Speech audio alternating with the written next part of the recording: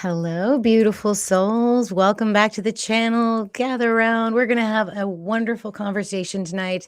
This is a conversation that many people think about, but never actually talk about. And so I'm really excited to bring you a panel of women that are qualified not only as astrologers but also in the concept and the energy and the physical realm of sex. So we're going to tie astrology and sex together tonight.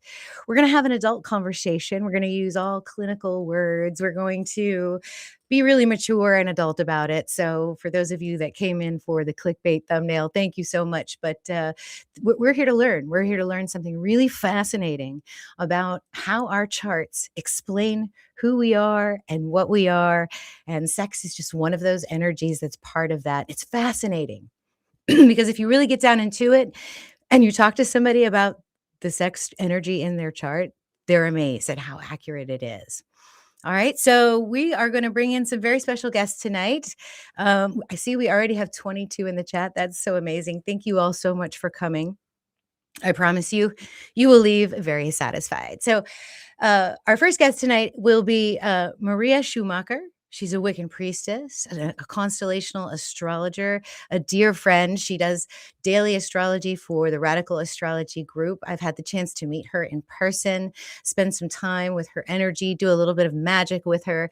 And I'm thrilled tonight to bring her to the stage. Say hello, Maria. Hi, everybody. Hey there. Thank you so much for coming. Our next guest is Christina Cardoza. She is an alchemist, a modern magician. She works with the body, the somatic senses, connecting it to trauma and healing. And her specialty is the sacred sexual. She is also a professional astrologer in her own right and is here to bring her energy into the mix. And I'm so excited to bring Miss Christina Cardoza.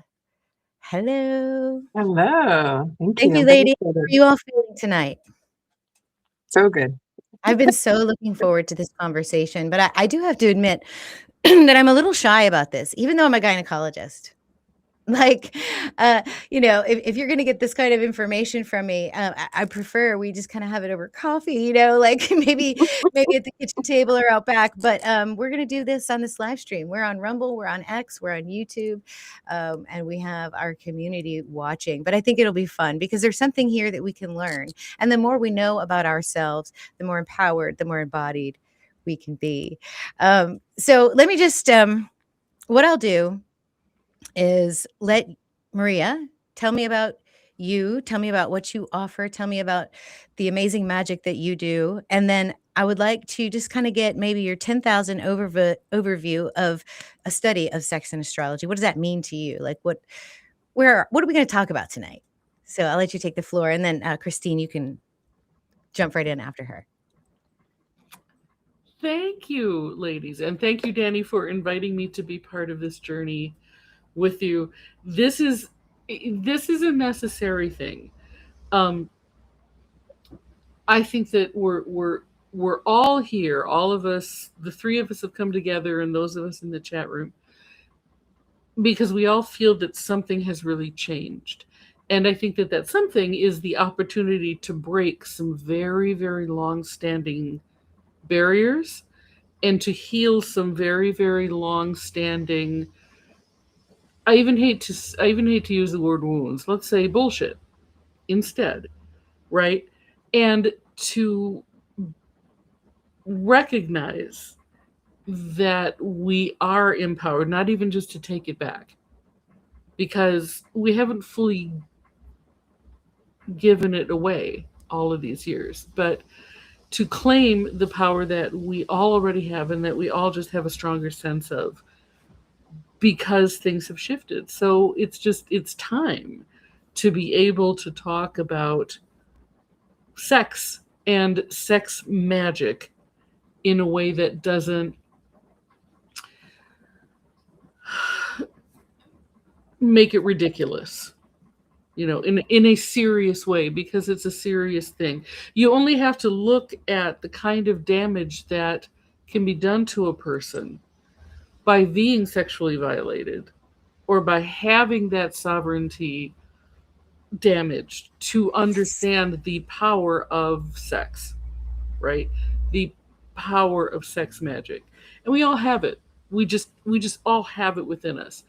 But we don't realize it. And those things are deep, deep enough that the woman who literally stares at vaginas every day is about having a conversation about, Yes. right? You know, That's funny. Yeah, you're absolutely right. exactly. And I think it's because I compartmentalize. If you were in my exam room and we were talking about it, it would be like brutal honesty. And so, I have that within me. It's just, the conversation with the greater public. We don't want to offend it. And I think it comes from my own programming where, that should be kept a secret. We should be shy about it. We shouldn't Yep. talk about it. If you do, you're asking for it. You know what I mean? That kind of thing. Exactly. That's the stuff Yeah. that I was calling bullshit earlier on. Mhm. That we're going to address that. We want to work on that. We want to alchemize that. We want to move past it and get in touch with the heart of our own magic. For me personally, I I have been a practicing Wiccan for 30 some years now, which is weird because I don't feel a day over 26.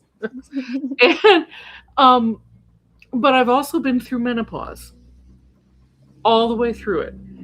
And so exploring that relationship with my sexual being after menopause is part of what I'm personally on, where I personally am in the journey. But I I've also kind of lived out and remembered my life as a sex priestess, my previous lives, just have from being involved with Wicca and having a little jump earlier into the kind of spirituality that most people are just now finding. So anyway, in a nutshell, that's where I am. I offer kind of guidance into the spiritual perspective of it all, and how and Yeah. how yeah. And Neptune rules your chart. And I've actually gone through a few spiritual experiences with you, and they're mystical.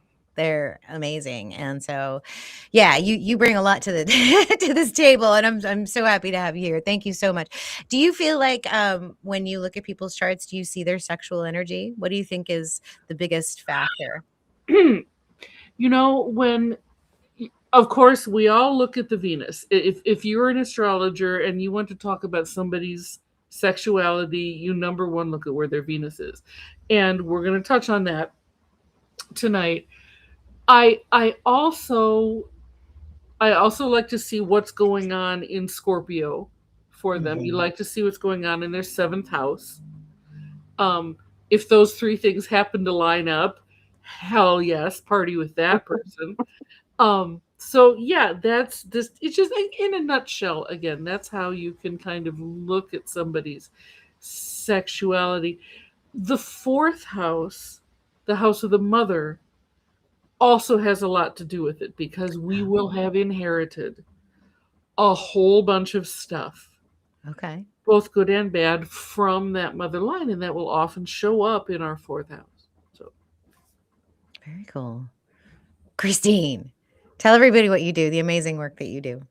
Awesome. Thank you so much.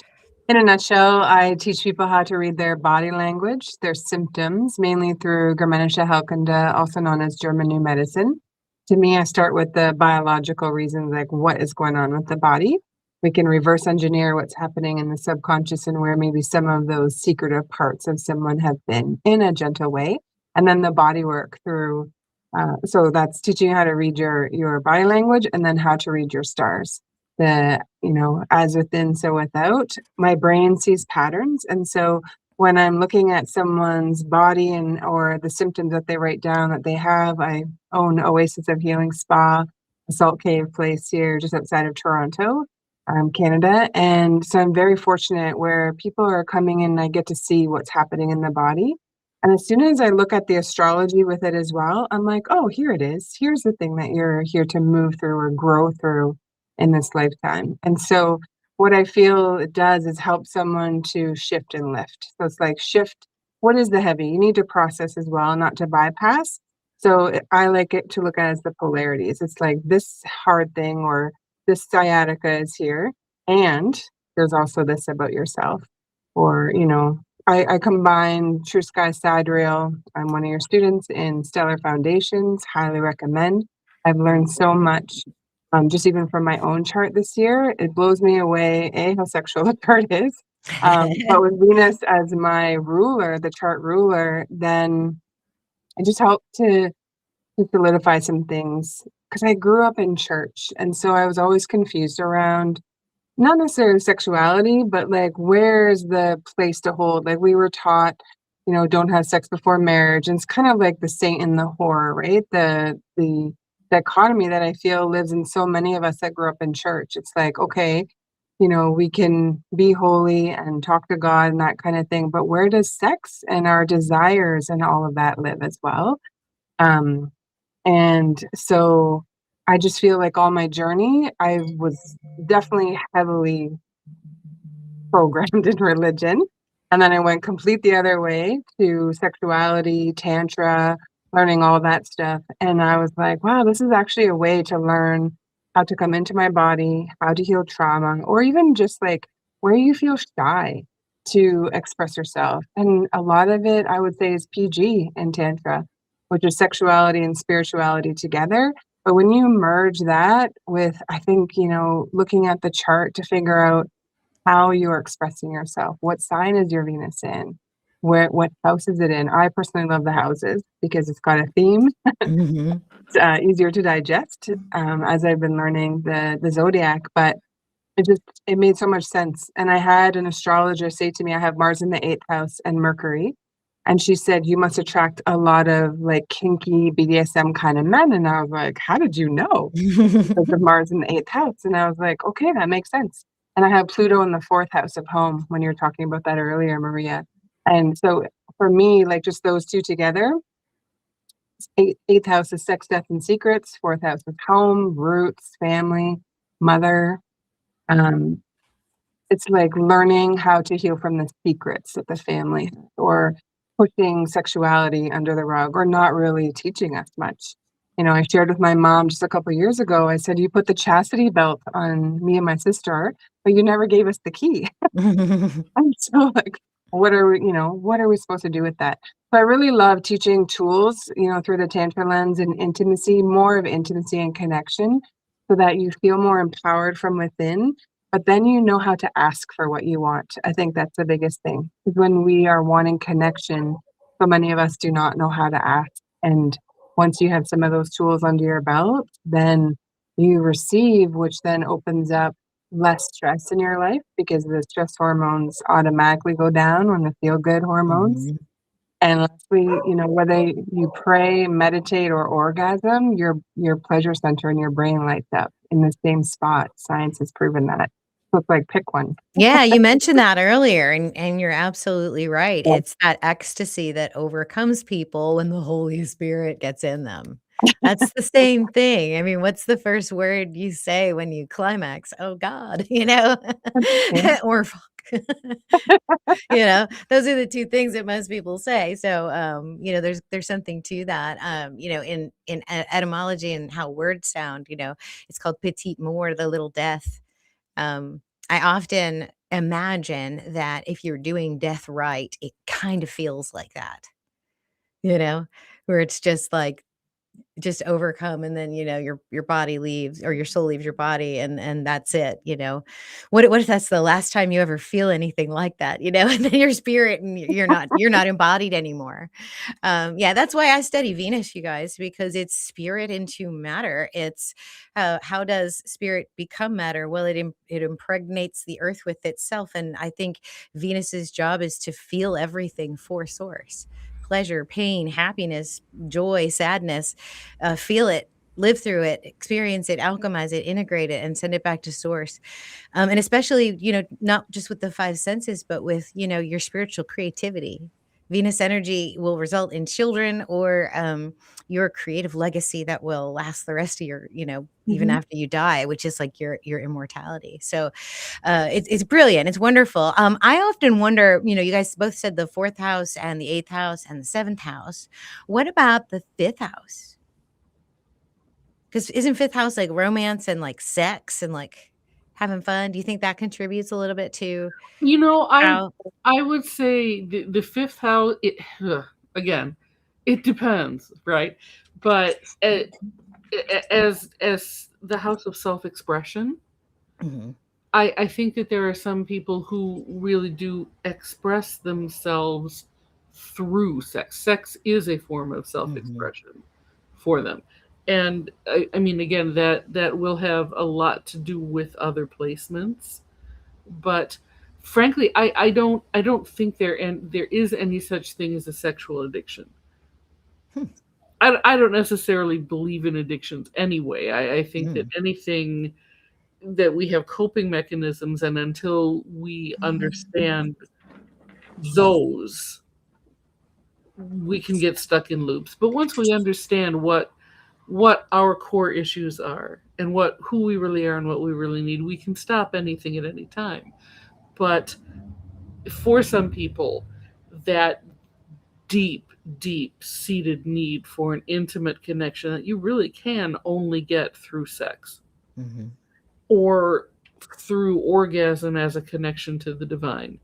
That can come through some people as addiction or be misread, but I don't, I just, Do you know the question I get all the time, every day, multiple times a day?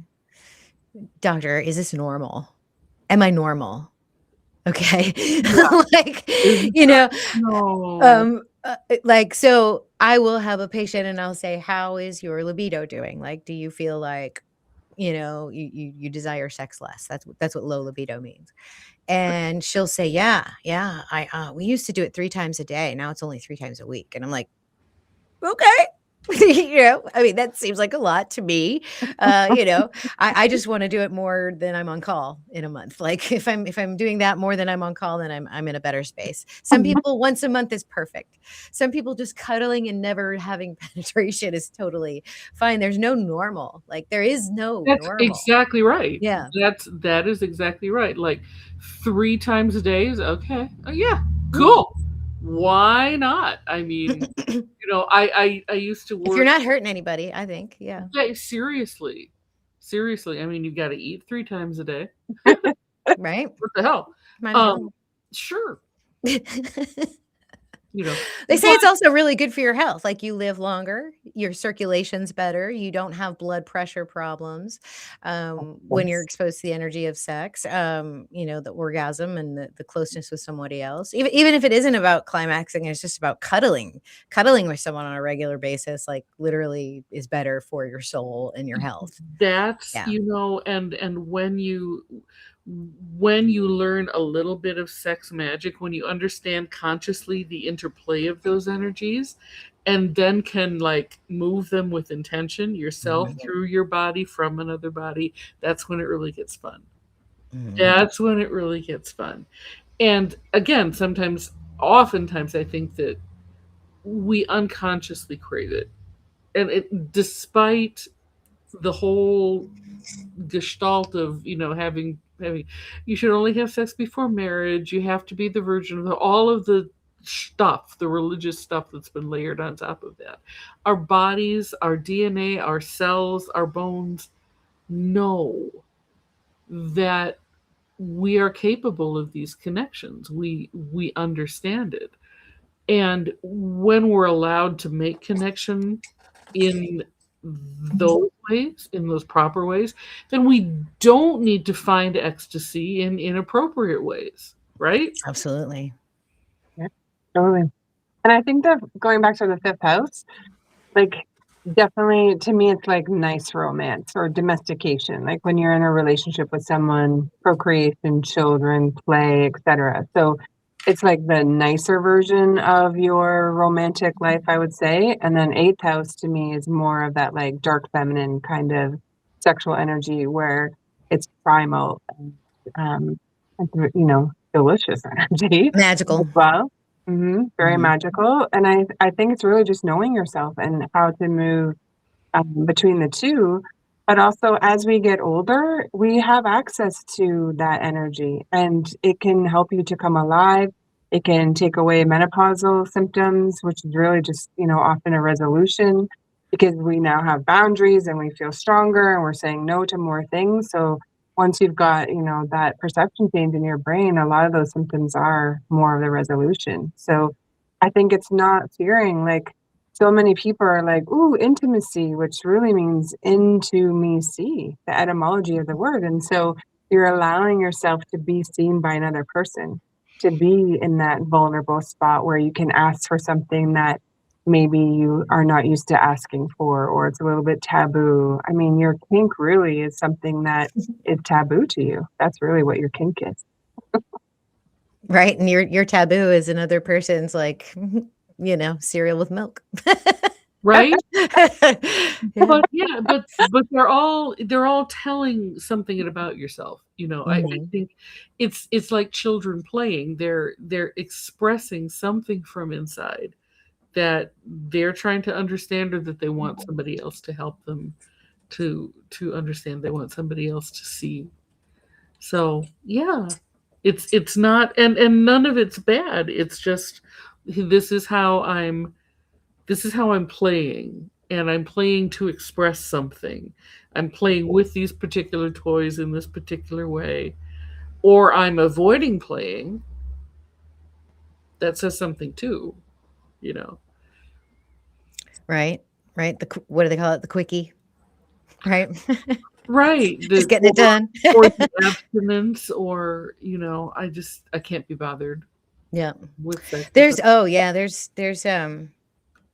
Venus Sag. They often end up abstinent or very monk-like, channeling their power towards something higher than the physical. Okay. Yeah, because they're tired of breaking hearts. So, what do you guys say we go into this presentation, just kind of riff on some of these planets? Like, what would they be like? And if you guys need to know, where your placements are, there's a free chart calculator. I think Lori can post the link. Everybody, shout out to Lori, our moderator. He's keeping it clean in the chat. Although we've been very respectful. So, I think this will be a fun presentation. We'll just kind of go through. We'll do a little inner planet, then we'll do the boys outside of Earth, and then we'll go into the outer planets, and we'll see what you guys think, and you can compare what we think about these planets. All right, let me do this first. Yep, we'll go here, share entire screen, and just let me know if there's any blips or problems with the transmission. And we'll get into this. We'll start here. And we'll hide that. Can you guys, let's see, can we see you guys when I do that? Do I have the full screen on, or is it the side panel? Hold on one second. Let me see. Oh, no, I don't. All right. Sorry, guys. Real quick. I just want to make this so that we can see each other when we're talking.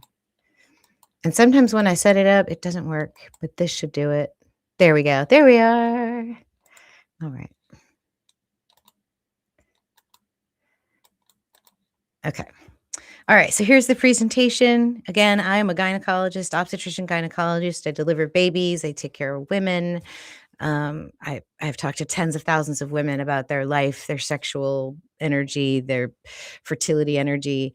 Maria, longstanding Wiccan priestess of family line. And then we've got Christine's bright, bubbly, German new medicine energy connected to our sacred sexual. This is going to be a good one. So real quick, for all the channel members that are here, everybody with a star by their name, bless you so much. We even got a new channel member earlier today. I think it was Eileen. Thank you so much for joining. The gold stars have been here since the beginning for about 8 months now, and I appreciate each and every one of you.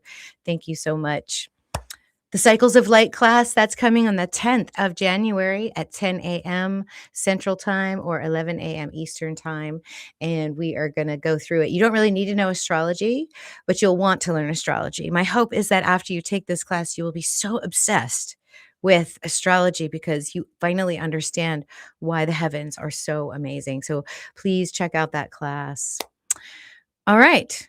The how and the why of desire, the inner planets, sun, moon, Mercury, and Venus. So this is just a general slide so you can get a feeling for what sun energy feels like. This is basically my biggest contribution, and we'll chat about the sun. What kind of lover, what kind of sex does the sun have? The sun's about our self-expression and our ego, our creativity. It's the highest expression of our spiritual self, our consciousness, our willpower. It's considered a masculine energy. It can also be considered source or spirit. We're very much a sun worshiping culture. So it's kind of the biggest expression in our charts, at least how we interpret them. And it is associated with the element of fire. So right there, it brings a heat to this energy. It's fast. It can soothe you and warm you, or it can burn you and kill you. For me, it's associated with the fifth house, with joy, pleasure. This is where I was wondering what the fifth house placements might be. Romance, celebrations. This can also be like risk taking and gambling. So like adrenaline rush is a lot of times fifth house, and sexual energy can manifest here. And then it can also, it rules the sign of Leo. So this would be considered, Leo would be considered the sun's house, or where the sun hangs out. And so that's the energy there. And I kind of imagine the sun. Let me pull up my notes and I'll see what you guys think about this. Oh man, I lost my space. So if any of you want to jump in, but I was thinking.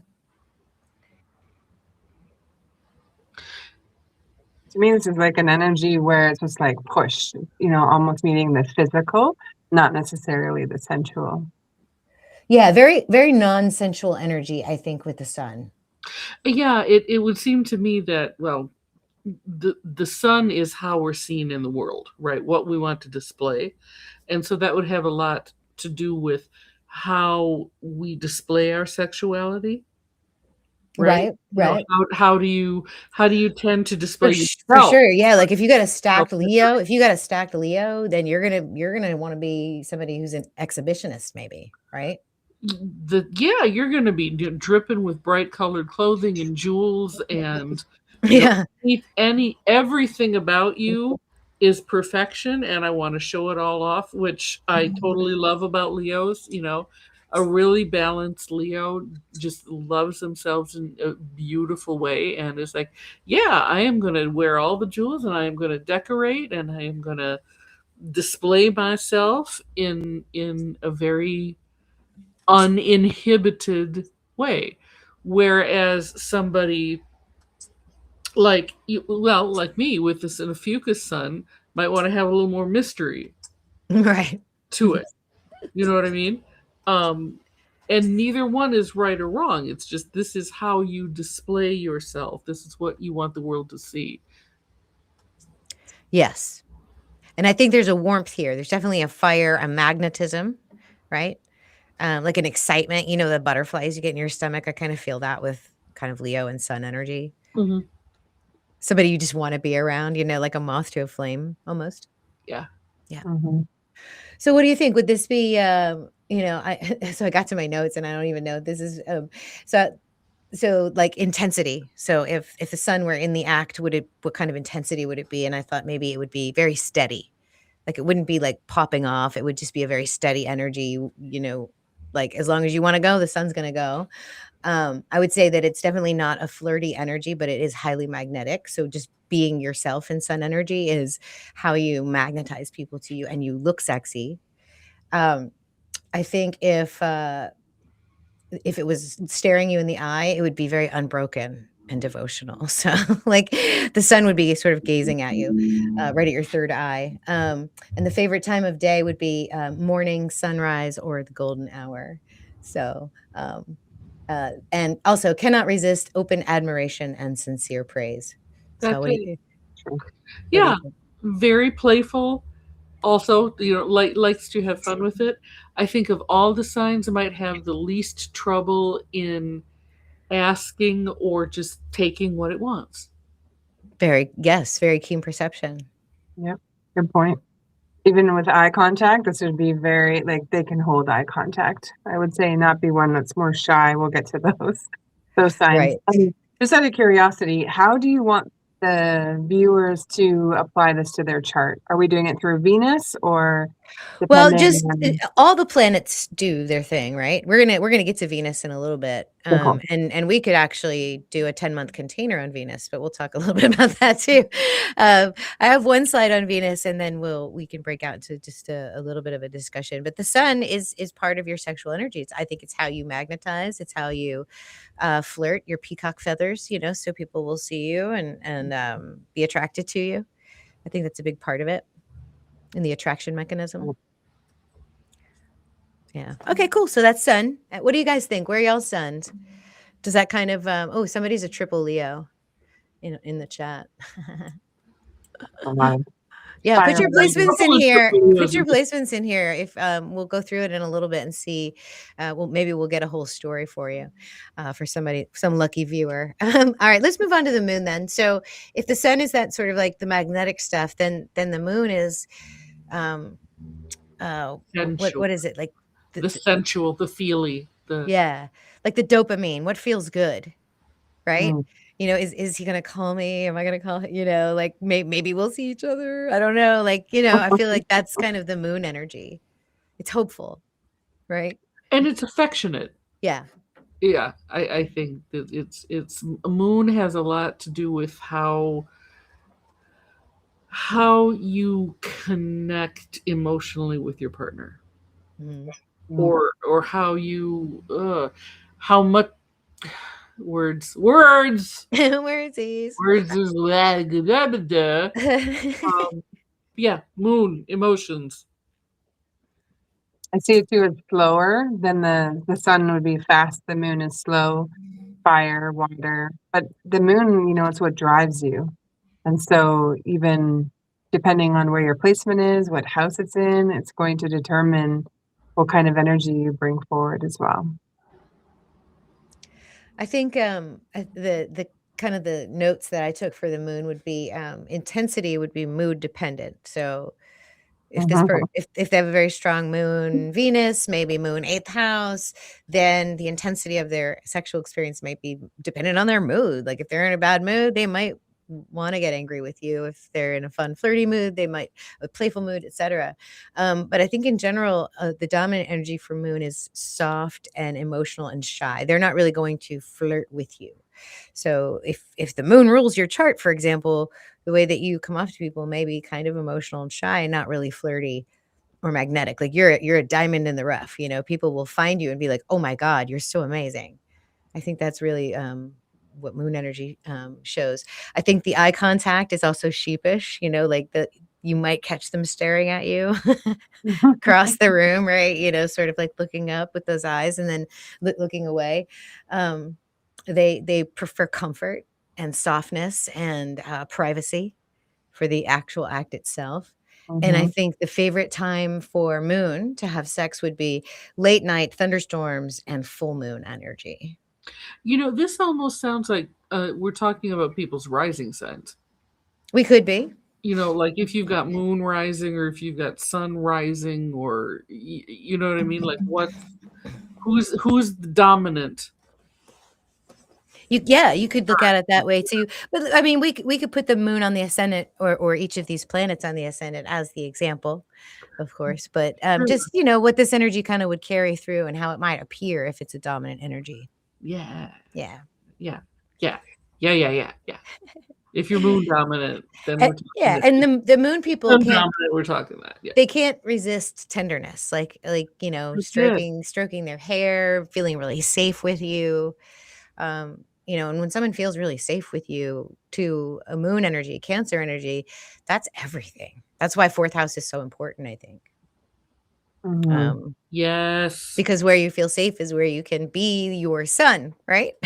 Yes. Yeah. Yes. I mean, it's opposite that 10th house, which is a house of authority, right? Which is Capricorn. Capricorn being all about that stability. And so I agree with you that if somebody who is moon heavy in their chart is really going to crave a place where they are safe to let that lunar emotional nature out. 100%. You offer a moon heavy chart safety, and they will give you everything. Yeah. Yeah. And if you have this kind of moon energy, if you have this kind of energy in your sexual energy and you look at others that are out there and expressive and you feel a little jealous, it might be because you've got dominant moon energy when it comes to that, because What? you want to be out there, but you're just not safe to do it. Yeah. You see? Yeah. Yeah. You have a hard time generating that safety in yourself. So yeah, moon dominant people are often very jealous of sun dominant people, of our triple Leos, because it's like, I just can't do that. But I want to. But I want to because it looks so cool. You can Yes. use the moon energy as it would be like the sub, and the sun. The sun could be the dom, but I would say more of like in any energy in Capricorn in 10th house. So 4th versus 10th. The dom, the sub. Yeah. Yeah. Yeah. Yeah, when we get to Saturn, we'll probably have some of that domineering energy. I thought we'd get into, like why we desire things and where that comes from. And I think moon and sun, and for sure ascendant, can all point to how you react in that nature with others and with yourself. So great start so far. It gets a little complicated when we move on to Mercury and Venus, because these cycles, and I'm always talking about cycles. You have a personal sun cycle along with the seasonal cycle, and where you are in your solar cycle can depend on how you express yourself. And then you've got this monthly lunar cycle, and the moon will hit maybe one or two or more, some people half a dozen tender spots on the chart that make you react and get you triggered. So if you understand your lunar cycles and your solar cycle, timing for the act itself can be used with these energies, especially if you want to make a baby, right? So you can use the moon for timing conception, and also predicting when the baby will be born. There's a lot of things that the moon is tied to in terms of femininity and fertility and all that. Cool. Very cool. I just want to speak to self-care just a little bit here, that when the moon is in your sun sign, that is a really good day or days for self-care. Just like to go within, because you're balancing the sun and the moon energy, with what's going on in the sky. I agree. I mean, I think that the very first step to any kind of understanding of yourself or personal healing is to know your personal moon cycle. Just get in touch with the moon and learn your moon cycle. Step one for everything. Yes, for all things, Right. sexual, emotional healing, everything, all of it. I agree. All right, let's see do you have any other thoughts on the moon or sun? Nope. Love it. Okay, you guys are doing great. This is amazing. I think the chat's loving it. So Mercury, it gets a little more complicated because there's a lot of opinions around Mercury and its rulerships and the signs it's associated with. So I put up the standard. This is what you're going to learn in any astrology textbook. This isn't, tropical versus real sky or anything like that. This is what you learn. That Mercury is about intellect, communication, commerce exchange, logical thoughts, synchronicities, short journeys, and it's the fastest moving planet. Traditionally, it's ruled Virgo and Gemini, although Gemini is its kind of major sign when we think about Gemini energy, and it's also associated with the 3rd and the 6th house. Well, how in the world is this associated with sexual energy? Well, for me, I feel like the act itself is an exchange of energy. And that's what Mercury is very good at. Like, if I give you this, you give me this.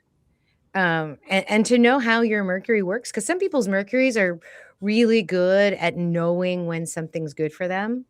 They're also really, you can also point out how bad they are at making decisions sometimes. If there's Mercury retrograde, everything changes. And so, how you make exchanges, especially the sacred exchange, I think is a big part of Mercury. And if you're going to keep Mercury as the ruler of Virgo, which is the divine feminine birthing mother sky goddess, there is an exchange energy. There is prostitution where you exchange sex for money. Okay, there is that. There's a commercial energy. Commercial energy around sex with Mercury for sure.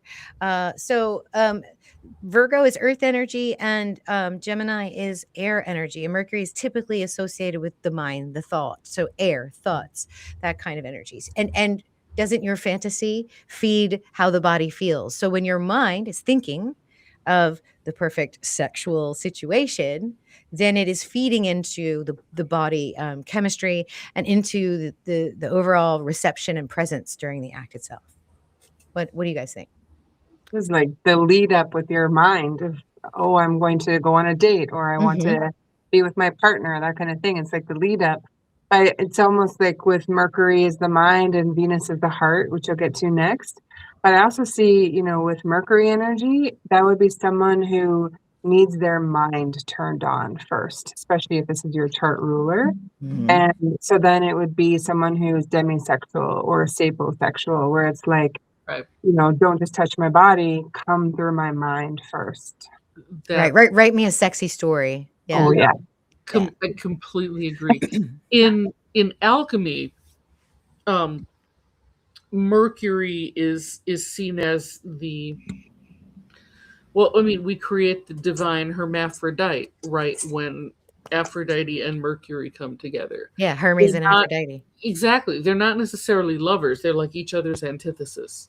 Mm-hmm. So, because Mars is typically the lover of Venus in that way. Their energies are more in square, but these guys are each other's antithesis. So Mercury is like a catalyst for a lot of alchemical processes. Somebody mentioned quicksilver Mm-hmm. in the thing. Mercury can also, in a mythological angle, be thought of as the one who can speak truth to power, the court jester. Okay. Right? Yep. So he may not always seem like he is telling the truth, because he might be employing humor, he might be employing satire, Right, or speaking in parables. exactly. But he himself always sees him as the equal of whoever he's with. You see? Okay. And so Mercury kind of always does challenge its partner to, no, make me want you. Right. Make me want you. Don't just expect that I'm going to want you because, you're the captain of the football team, or because you showed up with roses and chocolates from the gas station up the street. Right. Bring it. Mercury is going to expect you to fully show up to an encounter. And so what you said, Christine, about Mercury being like, yeah, turn me on. Don't just expect me to lie down for you. Don't expect, you've got to bring something. And you've got to bring something unusual, and you have to bring something that shows you paid attention to me. What do you think? What do you think about spontaneity? Yes. Mm-hmm. Mercury can be extremely spontaneous. I mean, again, it's an air sign. Doesn't need a lot of planning. Yeah, I could imagine an elevator car, or a stairwell, or the bathroom at the party. And that kind of thing can be exciting. Mm-hmm. And fun and challenging. That, ooh, didn't see that coming. Yay. Right? Especially air and fire signs. It's like I see the energy just like moving up. Mm-hmm. But I would say that part of the shadow of this would be someone playing mind games for power at the expense of someone else. Yeah, shaming for sure. Yeah, or just dragging someone along through mind games, or playing with their mind, but really underneath it all is for this sense of power, because they probably don't feel that inside. That's it, and that's where we get into the transactional nature of Mercury, especially if we keep him as the ruler of Virgo. I don't like it. I like Venus as ruler of Virgo, but I do teach it the other way in my courses, but for the general public, I'll leave it the same, because there's always something to argue about, right? With astrology. No, I like Mercury in Libra a lot better. Me too. It puts his talents to the best good, but Right, he's non-judgmental, he's calm, he's a concierge, He can Libra. mediate. Yeah, Yeah, Libra's the doorway to the underworld, and that's what he did in mythology. That was Hermes' job. Yeah, for yeah. sure. So then that transactional nature is put to a good use. But yes, the danger with Mercury and Virgo, and the danger with Mercury as sex, is that there is a transaction in it for him Mhm. always. You have to be offering him something that he wants. It's not just a matter of, assume that I want you. What? 100%. Any other thoughts on Mercury? Because we're getting to my favorite planet, the star of the show. Venus. Venus. Oh my gosh. So you guys know I could talk for hours about Venus. The circle over the cross, it's spirit into matter. It is fourth dimensional light. It is your ability to become the magician here on earth. She's also your relationships. She's sex, she's beauty, she's passion. Um, uh, and she's anyway, let me give you my thoughts on Venus, and then we'll take a moment to consider her more deeply. So I think that the intensity of Venus is pretty steady. I think that it doesn't force itself. This is not an energy that's going to explode through you. Okay. It's very gentle, but it's very much there. It's magnetic, it's romantic, it's loving, it's warm. Beauty, it's comfort. So like silk and chocolate and red wine and all the beautiful things that just taste good and smell and feel good. And the best time for Venus, I think, is early evening. There's nothing more beautiful than evening star Venus, and she cannot resist being desired beautifully and intentionally. So when someone is wanting to worship your body, your Venus should react to this in yes, like okay, yay, worship me, you know. And again, Libra is the traditional sign that Venus will rule, but I love her for Virgo for that ecstatic initiation into the stages of the divine feminine, from you know first intercourse, virginity, to being pregnant and being a mother and giving birth, and then your menopause. Like Venus just could handle all of that. It doesn't become a medical problem like it does with Mercury. It becomes just part of being female. That's why I love Venus for Virgo and Mercury for Libra. But this is the traditional rulership. Taurus is normally her home base. I have this rising, and so does Christine. So we identify with Venus as our chart ruler. So what are your thoughts on Venus, guys? I love the pure love immediately. My eye was drawn to that. And just like imagining goddess energy, whether it's not, I don't think it's gender specific, because we all have that within us, the masculine and feminine. But it's this, it's all about beauty and sensuality and slowing things down. This would be, depending on where your chart is, someone who's very sensual. It's not about the physical act. It's slow down. It's send me a pinky text in the morning. yeah. Yeah, not rushing at all. It's soft touch, which, when we do massage, until you learn tantra and you realize the energetic massage or just lightly going over the body, it's such a bigger turn on than a regular massage. So that's what Venus is. Yay, love it. And Venus, as opposed to Mercury, who's very much about, okay, what are you going to offer me in this process? Venus is, what can I offer you?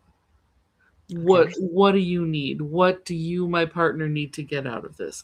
Because Venus, in her magnificence, will just come at everybody, not needing anything, just simply wanting to be with you, wanting to join, and wanting to heal. Sexual healing magic is practiced from Venus. I mean, like, seriously, you might not think that, but yes, because she has this exalted form that doesn't need to be protected, doesn't need to be healed, doesn't need to be. She just can get in there and bring out the very best in you, or identify what you need and offer it to you, because she's not afraid of anything. So that is the beauty of an exalted Venus as a lover. She just is there for her partner. And if your partner is yourself, yay. I mean, Yep. Venus as your goddess guide for healing yourself and exploring yourself. Perfect, because she already loves you fully and completely, just as you are. Yeah. Yeah, and I always think of when I think about sex, of course, clinically speaking, I think about like the orgasm. And the orgasm is really just kind of like the end. It's you know how when you have a sneeze building up and you can kind of feel it and it tingles your face. That's kind of Yep. like what Venus is. Venus is that tingly feeling, like right before, your face explodes. And the explosion is Mars, right? So, I love that. Yes. Keep going. yeah, so she's sort of that feeling of arousal, that tingly feeling, that happy feeling in your body, and Mars is the sort of the finish line or the reason for the season. So, Yep. yeah. Yay. So, all right. Well, that's a good astrology. I think we didn't go too deep in here because what we want to talk to you guys about now, just real quick, just for about 5 minutes, we'll get into the other planets. These inner planets are really important because of how we express ourselves, how we love ourselves, how we love each other. Before we get into the outer planets, they color it a little bit differently, and so I wanted to we wanted to talk to you guys about a journey that we're getting ready to go on, and it's related to Venus's cycle. On January 6th of 26, she begins a superior conjunction with the sun, and 10 months later in October on the 23rd, she will have a inferior conjunction with the sun. So we have superior on January 6th and then inferior on October 23rd. And this is a 10-month journey. This is the building phase of the Venus cycle. It culminates and it increases in intensity the closer we get to that retrograde Venus that is conjunct the sun. And so what we are inviting you guys to is a conversation. We just want to tell you what we've been planning and see if you guys might be interested in joining us. So I'm just going to read this to you, and then Christine and Maria, I'll let you guys comment and say, what you think is important for people to understand about this particular call that we're offering. This will be a private Zoom conversation for women only. Sorry, guys, you can't come. Who feel drawn towards deeper work with embodiment, Eros, and the creative life force that moves through their lives and choices. So we're embarking on an alchemical journey through space and time, aligned with the dance of Venus and the sun, and we invite you to join us as we tap into these sacred frequencies. What you need to know is that this is just a conversation. We're going to explore whether you are aligned for an upcoming initiatory container. We'll talk to you about what's calling you forward, what you're ready for, and whether this work is a match for what you need right now. If it is aligned, you will be invited into this container. And if it's not, you'll just leave with clarity. There's really no pressure. This is not like a sales call. We just want to tell you what we're doing. So if you feel curious or quietly drawn to understand this on a much deeper level, on a much more alchemical level, ritualistic and magical level, if you're open to deeper work with the body and desire, if you value discernment and conscious commitment, if you prefer conversation over persuasion, if you don't need to have everything figured out right now, you just need to feel this, okay? So what are we going to talk about? We're going to speak openly about what the journey will be, how it will unfold, and what participation really means for you. So we'll share this with you live so that you can feel into the work as we describe it, and you can ask us questions. That way we all have clarity, consent, and mutual alignment. So this isn't a workshop, it's kind of an event. Maybe more, there's a little bit of teaching, a casual conversation, and then you guys decide what you want to do. We'll be there for about an hour. The Zoom call link is in the bottom. The link to this website is in the bottom if you want to read this, and the call is free, but you need to register. So you need to put your name and your email in there, and then we will meet that night, and we will tell you what the journey's all about. So ladies, what do you What comes to mind for you? What do you want everyone to know about this container? I don't know if I want to be super specific right now, but you can tell by the name and by what we've been talking about that this is something that is very special. So, Well, I would like people who, I guess right now, it would be fair to say that our intention for this container is that the arc of transformation go from feeling like I could be sovereign and empowered to knowing that I am. That's the arc of our 10-month journey. And we're taking it with you. Right? Ladies, is that about right?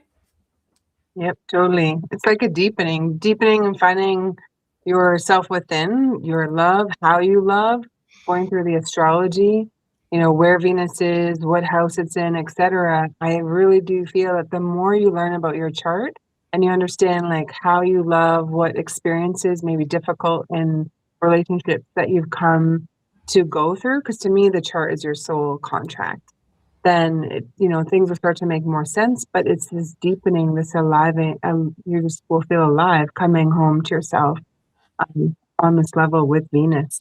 And as we've been learning her cycles, or Dr. Danny loves showing the video of the 5-pointed star. Like, this is such an important year to learn about your cycles, I feel, because we're starting a 1-year numerology. We've just completed 9 years, so like a decade. And we're about to move into another new cycle of 1 to 9. So it's like, what is ending? What wants to leave that's not coming with you in this next cycle of 1 to 9? But Venus is also starting her next cycle of 8 years. So how beautiful that I really do feel humanity is going to move closer to themselves and to true intimacy, where we can express our authentic self without shame, without being afraid. But the biggest thing is to learn about yourself and not necessarily digging out, heavy stuff from the past. But when you can see how we're going to connect it with Venus's cycle to what you've learned or what your body is saying, mainly through that, German new medicine stuff, you're going to go, okay, and feel stronger and safer to communicate your true self from within.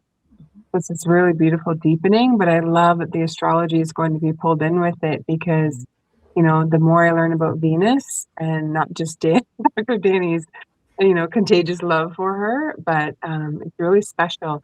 And what's neat about the salt cave here, there's a statue in the salt cave, and it is Venus. I just think that's just so beautiful that in this time that all those who are alive with us are catching the replay, plus the 3 of us coming together with, what we've collected along our path, to be able to walk someone through to this true enlightenment, and I would say empowerment. yeah. And I've been hearing the call for a little while now, really, to open something like this. People have been asking me, whenever I do a Venus video or a Venus reading for them, they're like, you have to take me on your Venus journey. I just need to know, because there is something underneath that everybody understands. And we're going to talk about it very openly. That's why it's a private call. So only come if you, feel like it's resonating with you, feel into your body. Does it feel like a yes? Then it's a yes. If you're like, ooh, those girls are weird, then maybe you should come, because then maybe you'll be stepping outside of your comfort zone, and it might feel good for you to do that, and it might change you and reshape your life. But that's okay too, or you don't have to come at all. But we just wanted to just step out of the presentation real quick and invite you guys to that call. So thanks for listening. We're gonna get into the rest of it. It gets much more interesting and fun as we get to Mars, because like I said, he's the explosion of all of it. So thank you guys. All right, let's get back into it. All right. Perfect. Like that. And I showed you that. And here we are. This this gives desire and reality the chance to mix together. So, while Venus and Mercury and the sun and the moon are sort of how our psychology works out and plays out, these are the planets that kind of make it all happen for us And so they're pretty interesting. Woo, Mars, fire. I mean, if you want to talk about sex, the Mars is probably the one. Like, how do you actually perform? You know, what's your stamina? What's your endurance? What's your drive to do it? How do you chase? Act. Yeah. Yeah. Go ahead. Yeah. Oh no, sorry. I completely jumped. I was agreeing with you. Yes. Yeah. Say, woo, praise Mars. My Mars is in Leo in the 4th house. So that's very interesting. And it is square to Neptune in my 7th house. And I've always been, there's always been like a little devil in me. And I've wondered where that came from, you know, like, kind of homewrecker energy. This is a long time ago. I don't do that. You know, I wouldn't do that anymore. But like, you know, back in the day, you know, in the 80s and 90s, that was very easy for me. That's part of my power, my superpower. And I learned very quickly, ooh, better not use it that way. But what do you guys see? Do you guys see that with Mars being a kind of the primal sexual energy in the chart along with Venus? Definitely, because I mean, it's house where it lives is the first house on how you project yourself out to others. Mhm. And to me, you know, well, Mars is your immature lessons. So usually when you're younger, wherever your Mars is, that's where you're going to take action, but you will be learning some immature lessons through that experience.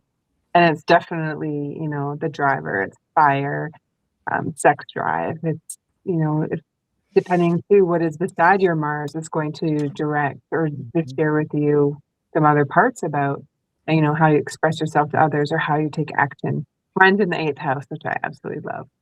Yeah, I bet that's fun. Yeah, very much. The impulses you act on, that's Mars in, Mhm. in a nutshell. And where he is in your chart is going to say a lot about which impulses you act on and how quickly. You know, if he's in your first house in Aries, there's probably not a lot of thought, you know, behind just going getting some. And once again, that's fine. Wherever it is in your chart is where it's meant to be, and that's fine. Um, Understanding your chart can give you a lot of insight into yourself.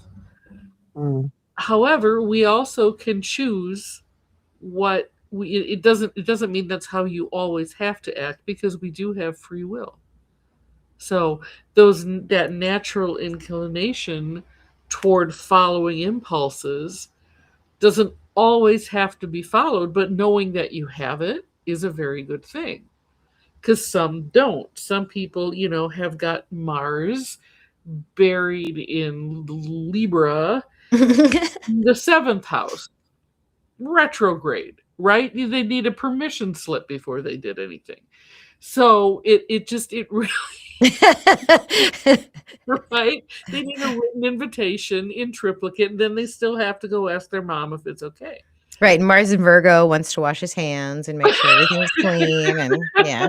Yeah. Right. Exactly. So yeah, just and that's just it. Just knowing what impulses you act on or why you're reluctant to act on impulses is Mhm. also very empowering. Because I think that Mars placement more than any other is what people bring to Dr. Danny saying, is this normal? Yep. Just the impulse of it all. Would you agree? Oh, Yeah. yeah, yeah. They absolutely, ask if the things that they think about and want to do are normal. Like, you know, menopausal women, for example, are full of rage. Like, they wanna hurt people Yeah. because of how they feel and the lack of sleep Well, that they have. And that's their Mars coming out. It's saying, you know, like, "You have just not given me what I've wanted for years, and now I want you to go and get it. And I don't care how uncomfortable you are. Go get it." So Mhm. I think this we can bring this back to religion as well. That I feel that there's a percentage of people who have, like, whether it's Mars in a sexual place in the chart or something like that, where there's that drive or you have this desire or you're just drawn into the either sacred sexuality arts or it could be something that is more primal. But I feel it's like this is a spot where when you know where your Mars is and where you're taking action and where some of your more kinky or sexual placements are in the chart, then it'll start to make more sense maybe why you have certain desires that typically would be seen as shameful, from what we've learned in the past through church or wherever it is, to now giving yourself permission to express yourself, to do no harm, but to express yourself in ways like even shibari rope tying, beautiful Japanese art where you get to be tied up. It's Okay. such a great way to feel held and contained. And, I find what's really helpful is someone who has a detail-oriented kind of mind, that person could be the rigger to do the rope tying because of the way that the art is around the knots and stuff like that. But there's ways that you can explore this aspect of yourself where to me it's like you're getting the high, but without the consequence of I hit the bottle or I watch porn or, whatever it is where you can learn more things about yourself. But knowing where Mars is in your chart, I think really does give you this, whether it's permission or just a surety or a knowing that, okay, this is what I've come here to express in this lifetime. And if it is around sexuality, amazing, because, maybe you'll be drawn more to help people in their healing in that aspect where we do not have to live in shame, around stuff with sexuality because we are sexual beings. We are tribal. Touch is so many people's first love language, right? And it's just like have some, doing it in moderation and just being mindful, of course, of your behavior and such, but to know where you are. And give you an example of with my Mars, what I've really learned to discover, and this is bringing a little bit of the German New Medicine, or I call it GHK, is that in the feminine side of the brain, more passive. The masculine side of the brain, so women who come into menopause, we flip over to masculine. It's, manic or action oriented. And so with Mars in the eighth house, I like to frequent a place in Toronto where you can swim naked. It's a beautiful community that go there. And I have to check in with myself when my brain's like, ooh, let's go swimming. Let's go for that naked swim. I have to think about, am I in an energy where I'm going to be part of the community and add to it? Or am I in this taking kind of energy where it's more predatory or primal in a sense? And I'm going there because I want to take for myself. And I won't go on, in those moments. And it took me a few years to be able to learn that energy within myself by mastering, the immature lessons or where that Mars drive is, that it's not always something that is healthy or that's you're going to feel better after by taking that action. So I think it's just really helpful. The more you learn your chart, it will make so much sense on why you have certain desires or drives and that kind of thing. Yeah, I tell people with their Marses, like certain Marses, if you're feeling that anxiety, that fight or fuck energy, like just do something physical with your body related to the element that it sits in. So if it's like a Sagittarius Mars, you guys need to like run, you need to sprint really fast and then stop. And then you can think and also, try to focus your mental activity on one thing. The other thing I say about Mars is that his path to enlightenment is to fulfill the will of the creator, and the creator's your Venus. So for me, like when you know what you want, Mars will do that for you, and it won't feel like you're doing anything. It'll just feel like inspired action, like God made you do it, That's why you got to be careful with that desire energy, because if you're wanting something that's maybe not good for you, this Mars can really take over for you. But they're also, once again, this is where you'd probably look at the somebody's nodal arc, nodal axis to see, if that gives you clues to the life mission, and also how the Mars interacts with Chiron, because there could be some very good reasons why they've got those impulses, right? Why do I have these such strong impulses to such Right, because North Node is desire to right. have something. Yeah, absolutely. Exactly, that mystery, that moving forward. And South Node is, the sum total of everything we've already experienced. And if we come from a place, and this is where Chiron can inform that, of just repeated sexual trauma, sexual abuse, then we're probably trying to play that out for ourselves or trying to mirror that for ourselves in this lifetime so that it can be healed. And that brings us forward to, the message of this very moment that we're tapping into, is that this is a moment in in the history of the universe when things have shifted such that those things, they don't have to just be repeated. They can be transformed. They can be finally healed, and we can move on to something else. Anyway, blah. I said a lot there. Beautiful. Beautiful. Shall we move on to Jupiter and Saturn and see what those guys are like? One Yeah. last thought on Mars. I feel Yeah. this is people who are either athletes or love to go to the gym, just this need to be physical almost. Mm-hmm. The more physical you are, the more Martian energy is present in your chart usually. Yeah, for sure. All right, Jupiter. Jupiter's a party animal. This guy. Oh my goodness! You go to a party and and there's the Jupiterian. He's standing there and everybody loves him and they're looking at him, and then he makes eye contact with you and you're like, me? Okay, Jupiter, I'll hang out. And then you get into trouble with him and then he's fine, but you're in jail. Like that's right. Yeah, that's Jupiter because he's always so lucky. Boundless expansion, faith, optimism, abundance. It's a very spiritual energy. Christine, I think you have Venus conjunct Jupiter, right? In your 10th house? Yep. Tell us all about that. It's either like this huge force or a lot, because Jupiter, wherever it is, expands. So in relationships, yeah, I find it can be fire hose sometimes with the energy. And that's where I have to be careful, because Venus and Jupiter playing together, that can also be a very kinky or naughty kind of energy. Yeah, like too much, right? Yeah. Like sex 5 times a day kind of energy with Venus A lot, and Jupiter. Yeah. Which is doable and it's not weird, but it's just not for everybody.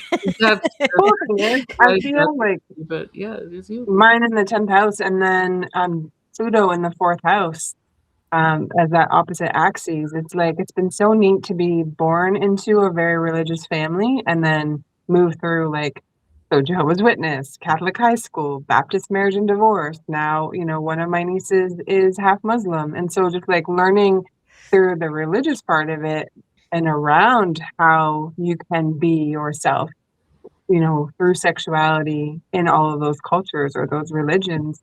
It's so interesting that is what I'm here to be on stage to talk about in the 10th house. Yeah.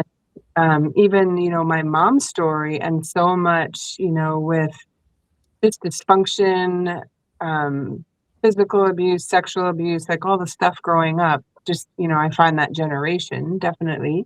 But before she passed, she was like, when I was sharing with her about her body and some of the things that she was healing through in the last days, she's like, hey, even if it can help one person, go for it. And I'm like, so amazing. She was a 33, like you, Dr. Danny, the cosmic parent, and such a nurturer. So to be born through that love and energy, I would say, from her, but then to be able to express, these were the hard things in growing up, alcoholism, so much scariness around that, and what actually a healthy relationship where your body is not in fight or flight, freeze, fawn, or fuck is the 5th one. Right.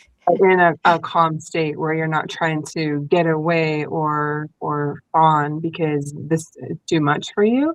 It's really neat. I love the placement, and that, just another part of when I learned the chart, and I learned, I also have Neptune and North Node in Scorpio, rules the sexual organs. So when I started to put those pieces together, then to be able to teach and talk about these things became less of a fear, because I'm like, okay, I've come here to talk about this in my chart. Yeah, and your Jupiter square your nodes like me, right? Is it square your nodes? Yeah. Yeah. Yeah, but anything Jupiter touches is usually a good thing. 5th house Jupiter means lots of kids. 8th house Jupiter means you're going to have a pleasant death. Jupiter in your 10th house means you're going to expand in the public circles. So Jupiter is pretty much a benefic planet in all cases, and can play a role in your, how you merge energies with other people. So yeah, Jupiter's cool. What else do you think about Jupiter? Jupiter, again, is not afraid to go after what it wants. But the thing about Jupiter is that it also sees something desirable in everybody. It will. Oh yeah, good point. A happy Jupiter will tend to see the beautiful in everybody and everything, right? Jupiter's problem can be one of self-control, because again he's got that over under. So people usually have traditionally thought of Neptune when they talk about addictions or coping mechanisms. I'm also looking at Jupiter, because he can get way carried away with himself, right? Yeah, And so you have to you you have to look at what's opposite Jupiter all the time. What will balance Jupiter out? What will keep Jupiter from, or what is keeping Jupiter from going way over the top, or in retrospect way under his ability. So yeah. But in general, yes, he's absolutely benefic. There's just, I mean, again, Jupiter with Mars can be tricky,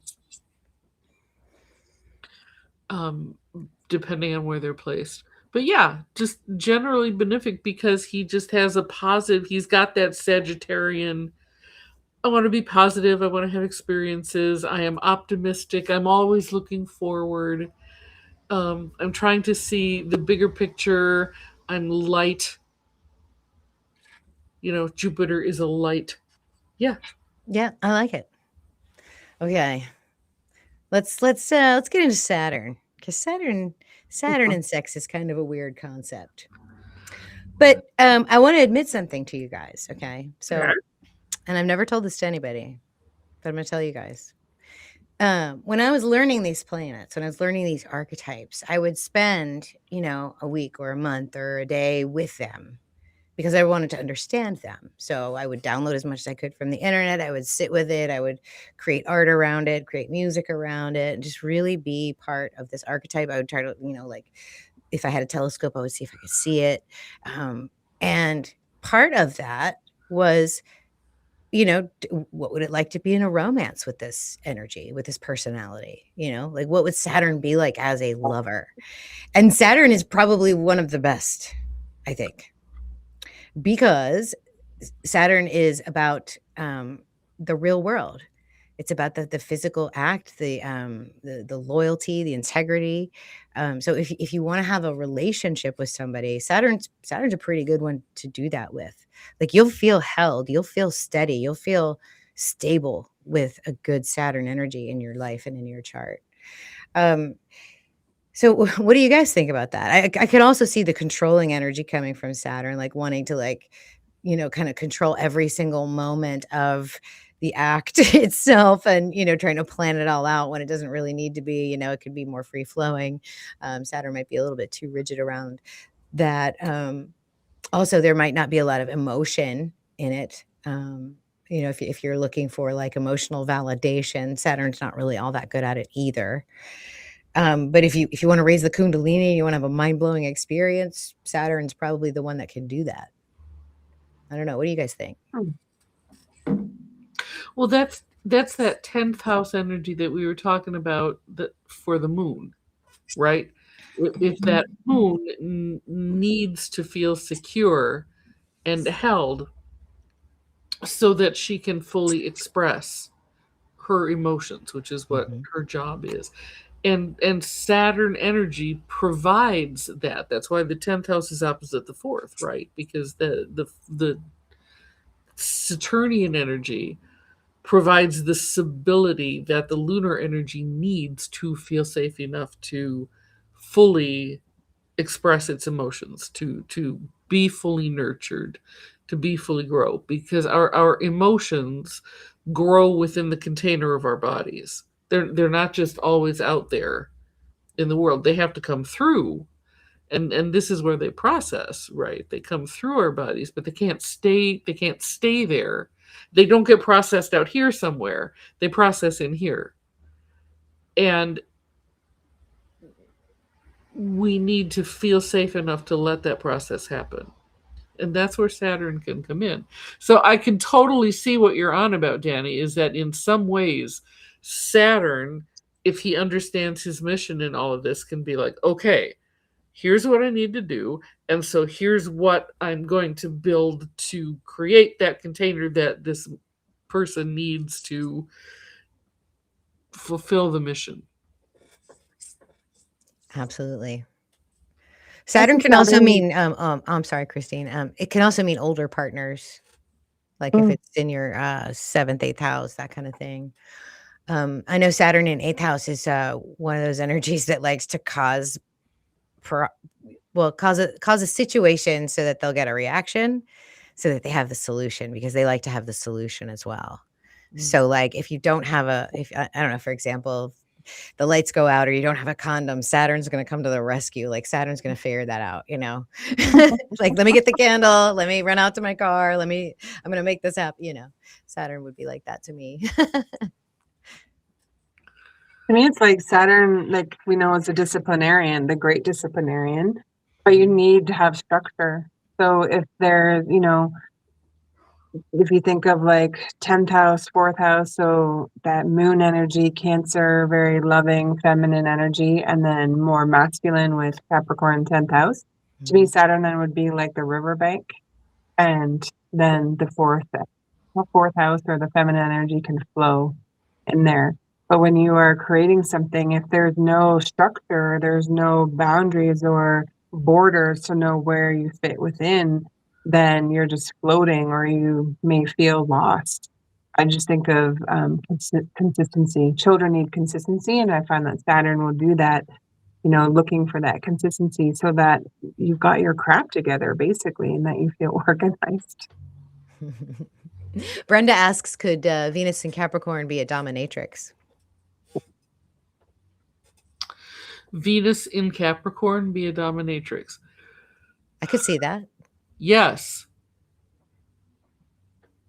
Yep, power. I can completely see that.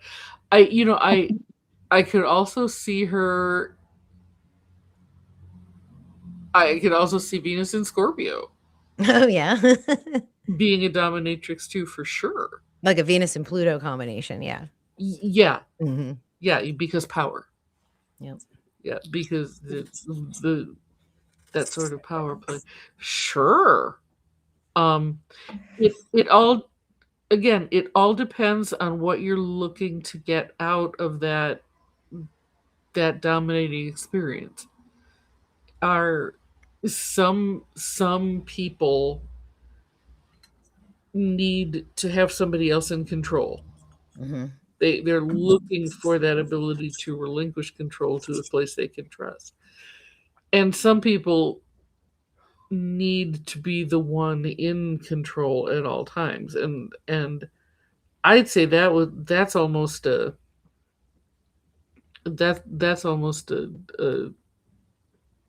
Saturn and Virgo thing. Yeah. The only other thing that's coming to me for Saturn is like an energy of high standards as well. Like they're probably not going to give it up to just anybody. Extremely choosy. Mm-hmm. Mm-hmm. Like, and you are not worthy. Right. That is one of the big problems about Saturn about Saturn is that he does judge, and he does. There's a fine line between. What do I want to say here? Being choosy and being discerning. Yes. And one more thing I'll say about Saturn too is if you look at his symbol here, this cross, right? That's matter. Mm-hmm. And then this is the serpentine energy. This is desire. This is, all of our sort of animalistic instincts, and it's having control over that. It's directing its energy, and that's Saturn's job. That's why I think he's the master when it comes to all of this that we're Yeah. talking about. Yeah. I have a question around duty because that's on the screen there. Mhm. Do you think that if Saturn's in the fifth house, would that be like a wife who feels that she has to have sex as duty to her partner? Sure. Yeah. I mean, Fifth house, really? there could be a sense of duty Preparation, there. I don't know. romance. Let's see. So a lot of times Saturn brings around lack energy. So when we see like Saturn fifth house, there's a lack of play. So in other words, this person may not even really know what flirting is. Like somebody could come and like wave their fanny in their face, and they wouldn't even like. They'd be like, "What am I supposed to What are do?" you doing? You're supposed to enjoy it, Saturn. That's what you're supposed to do, but he'll miss it. So that could be Saturn in fifth. Eventually, the Saturn learns pure joy. Solitude's probably another one. Like if anybody's going to do it by themselves, it's Saturn energy for sure. Mm-hmm. I think Mm-hmm. so. I agree there. Cool. All right, we have just a few more planets, but I thought we'd just kind of go rapid fire on these, and then once we're done with these guys, we'd take some thoughts and questions from the audience. We'll put the screen up there and throw some chats up and just talk with each other a little bit. I think the outer planets bring spiritual energy into the sexual relationship. They give it a different kind of a flavor. The reason why, as you move closer into the sun, the planets are more impactful is number one, they're closer, but then number two, their cycles are right there. They're right next to our face. These planets are really far away. And the measurement of their time is in their orbit. And Chiron is 50 years, Uranus is 84 years, Neptune 168 years, and Pluto is 248 years or something like that. So their journey is much, much, much longer. It's more of a soul journey. Like you're going to do a Pluto soul journey in probably 3 or 4 lifetimes, as opposed to a Chiron or a Uranus journey would be one lifetime. But they can still speak to, kind of their sexual energy. And when I look at Chiron, I don't know. What do you think, kind of like rapid fire for this? I see this as somebody who is like could be into the magic, the sexual magic. The element is ether, right? So you're working with chaos magic. So someone that has like a well-placed or a fifth house, eighth house Chiron might be into the Kundalini magic, the Yoni magic ritual energy. What do you guys think? It's only connected to Ophiuchus.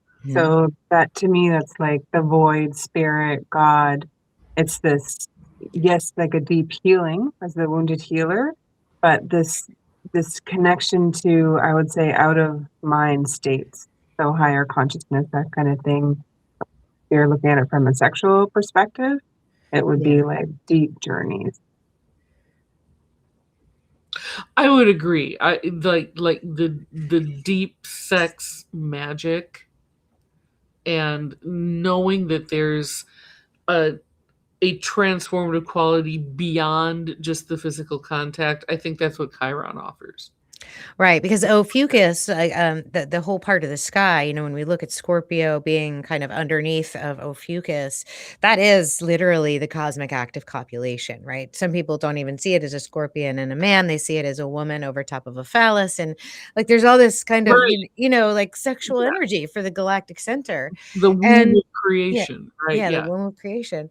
And so this is sort of like the whole reason behind copulation. Like it is the copulation of thought and matter, energy and stuff, like Yeah.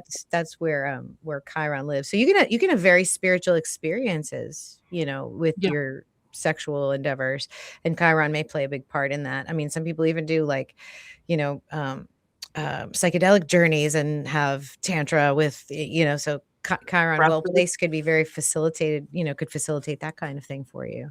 Mhm. Very cool. What would be Chiron's kind of weird kink though? What would be weird about Chiron?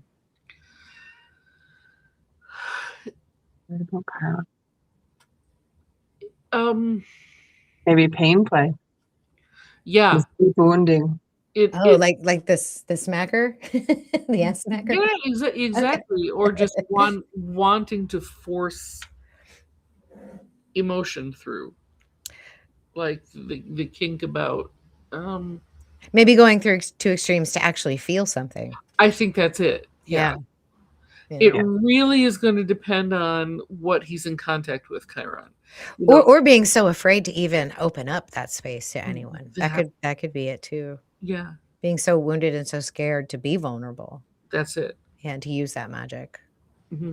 So I think Chiron's a big part of opening up yourself to this. And you know, when I get at people's Chirons all the time, there's something breaks loose. That's it. I mean, Yeah, Chiron might have more to do with our inhibitions regarding sex than our right. preferences. Yeah, yeah. That Chiron shows up more in what we're afraid of in sex, what we're inhibited from, as opposed to Mars, who shows up in what we act upon. Right, exactly.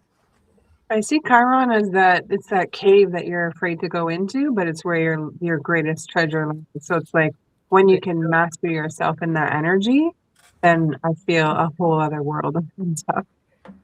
Yeah, I could see that too, because if you are afraid of something because you're afraid it's going to hurt you or you're afraid it's going to be dangerous or you're afraid it's going to be satanic or will be bad for your soul or whatever, you're going to avoid it. Whereas, kind of deprogramming yourself from those limiting beliefs because Chiron's limiting beliefs, deprogramming yourself from that gives you a freedom to really move into your greatness, right? Your You healing always share, medicine. yeah, and you share that Chiron's like your wounded healer energy, but it becomes your greatest superpower later. Yep. Yep. 100%. Cool. I like that for Chiron. I think that's Yeah, good. Good. Oh, Uranus. I couldn't wait to get to this one. Dave. Unicorn. Yeah, Uranus is the kink master. I think if you want to, put on the outfits and role play and That is just it. That bring is. in all your friends and his friends, her friends. Yeah, Uranus is cool. Like, Mhm. Mine sounds lives in the 5th house. yeah. So you're like, cool. Let's go play. Let's go play. It's a play for you. Full of surprises. Of course, he's been hanging out with Al Ghul and the Sisters of the Pleiades for this last year. Right? Right. So he's been, taking them on 8 at a time. If anybody could. Over in, sensual Taurus. Yeah. Yeah. Where they're bringing stuff through. So just, Uranus is just there to remind us to keep it fun. Keep it fun, right? He's got the feather in his hand over there in Taurus trying to tickle your feet. That's it. Just keep it fun, people. Right. Well, he's got the studded leather neck choker on, Right. Or something. Yeah. Yeah, I do find that Uranus in people's 7th houses leads them to be incredibly open to all kinds of relationships. Same partner, multiple partners, different kinds of sexual endeavors. So I don't know if you guys have found that as well. No. To me, it's like out of the box thinking, but also can have the rug ripped out from under you, depending. Sure, sure. Mm-hmm. That's just it. It is full of surprises and whatever you do. I have Uranus and Jupiter conjunct in Virgo in the 6th house. Mm. So yeah, that whole you just never know what to expect, and with amplified by Jupiter, thank you. But within within Virgo. Right, and Jupiter is there to expand Uranus. I always look at Uranus as like that, like in a broader sense, like the divine spark, that individual spark of consciousness that you're supposed to express and be. And it can be a lonely road. Like people are gonna look at you weird when you do your Uranus, right? Mm-hmm. And they're supposed to. Like they're gonna be like, whoa, you're weird. And you're gonna be like, yeah, but I'm right, like that's like the perfect Uranus. He's like, why don't you come party with us if it resonates? And if you're like, I don't know if I should, and he'd be like, you're gonna have a good time, and then maybe you do. That's it. Yeah. What's the history behind the symbol? Well, for me, it's like the cosmic antenna. So it's a higher octave of Mercury. Mercury is the communicator buzzing around the inner solar system, transmitting human consciousness thoughts, while Uranus is out there tilted to its side, kind of tuning the dial in. Like, so if Mercury's FM radio, like Uranus is AM radio, like out there just trying to get those signals that are not so clear. So yeah, cosmic downloads, insights, light codes, that's what Uranus is all responsible for. And I think embodying the higher vibrational energies is what Uranus is doing in Taurus right now. And the reason we're doing it in Taurus right now is because when Uranus does get to Gemini in a few years, that'll be mental, and we won't be, if we're trying to do Uranus and Gemini right now, our nervous systems would fry. So like for me, like learning how to embody the new light codes is what Uranus is doing right now. It's preparing us for the mental downloads that are coming in. Embody. Yeah. Yes, because you've got the circle of matter on the bottom of this one, as opposed to matter over thought. He's thought. Right. He's bringing thought into spirit. Yep. Through Right. matter. It's pretty cool. Kind of rules the 11th house, groups, like inspiration. So fun ideas, Uranus in the bedroom might be like, hey, why don't we get out the chocolate? Always wants to do something different. Yes. Orgy. Yeah. Exactly. Likes groups.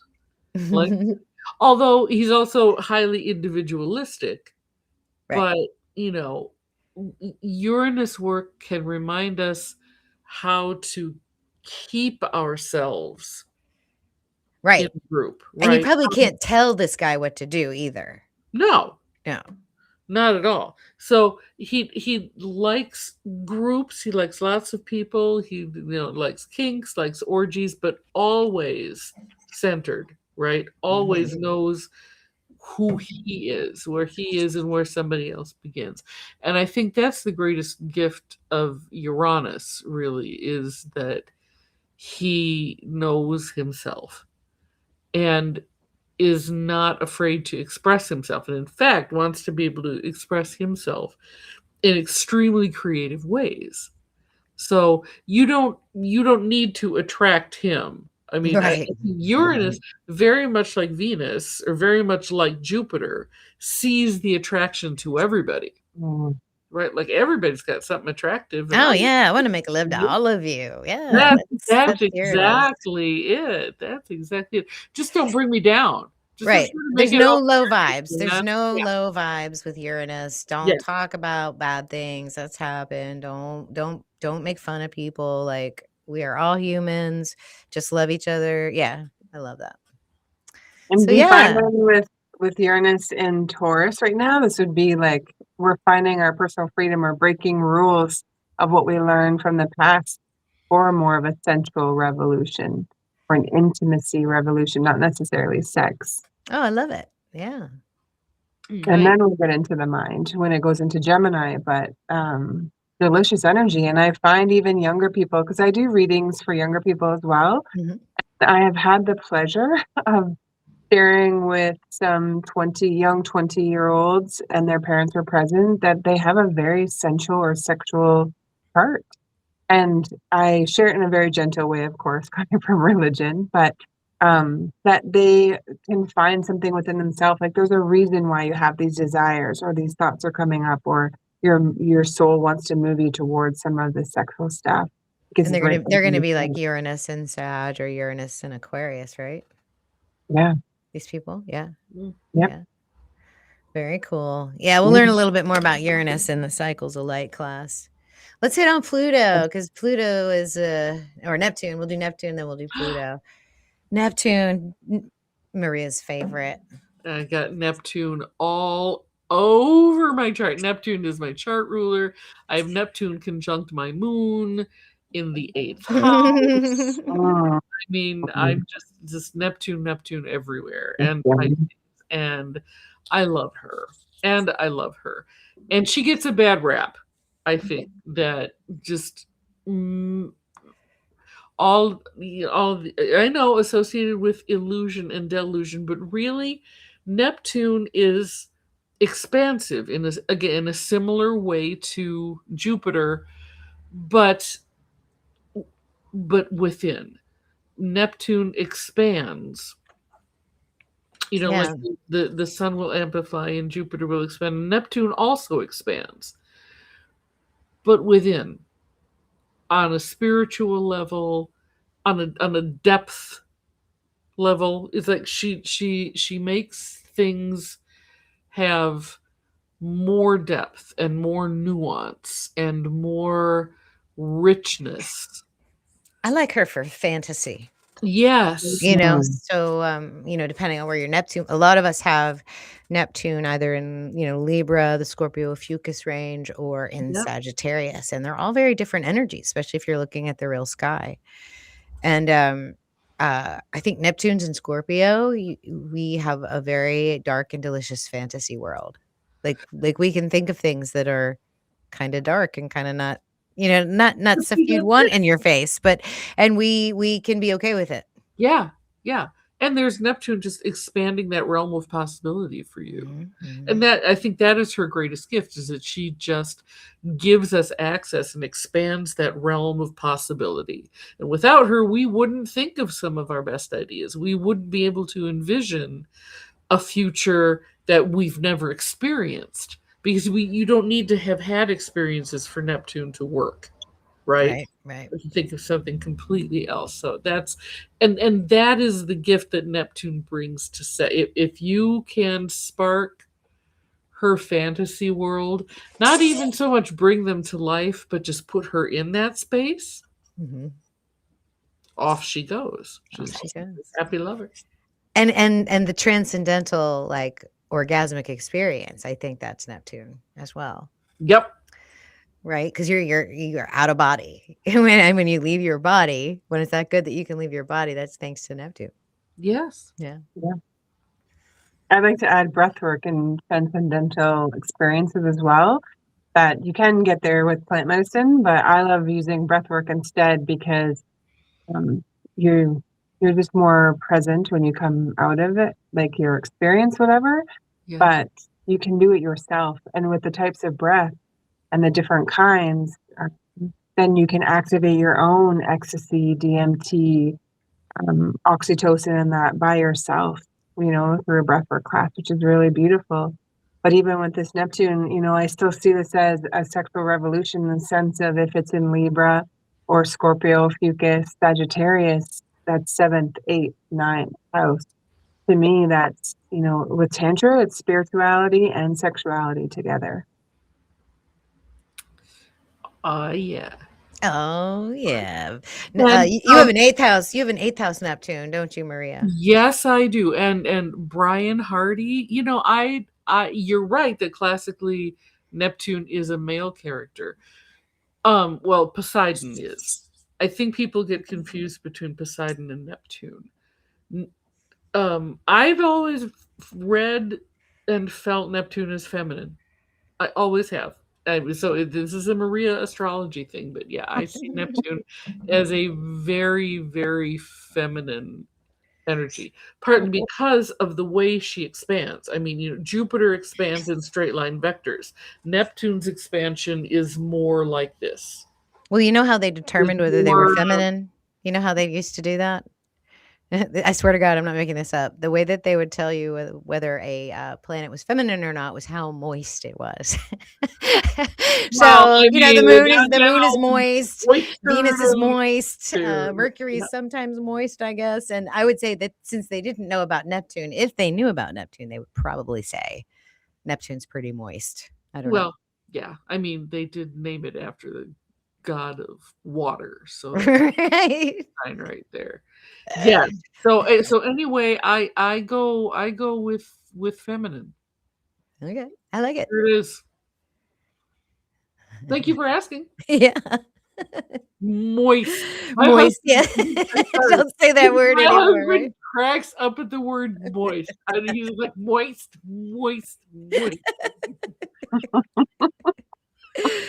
Whatever I want to push it, I just like moist. He's like, "Wah!" Don't say that word, Maria. I don't know what it is, but anybody else got a thing about moist? Yeah, some people do. Yeah, Oh they got yeah? it. I don't know why that's such a funny word. Huh. Oh man, so this is the last guy here. This is Pluto, the obsessed one, the dark one. I just find him super sexy because I like the dark, the bad boy. I love it. The Mhm. deeper the voice, the meaner they are, like the harder they are to crack. I don't know, like Wow. that's kind of what I'm, get excited about. So, and that's Pluto to me. He's so powerful. Um, he's so transformational, deep, the Lord of wealth, the Lord of the underworld. Um, and I think he's probably the one that would be the one if it turns sour or if there's any ego in the way, can really do a lot of damage to that Yeah. sort of sexual satisfaction circuit for sure. I think Pluto is where we get like obsession. Hmm. Especially Jealousy. if you've got a Pluto Mars combination, woof, Ugh. you're probably completely obsessed with somebody or something. And And if you have Venus and Uranus together, someone is always obsessing over you. yeah, Hmm. yeah, yeah. Pluto as a lover, I feel like Pluto would be the voyeur of the chart. Like he's either Okay. the guy watching through the window, Okay.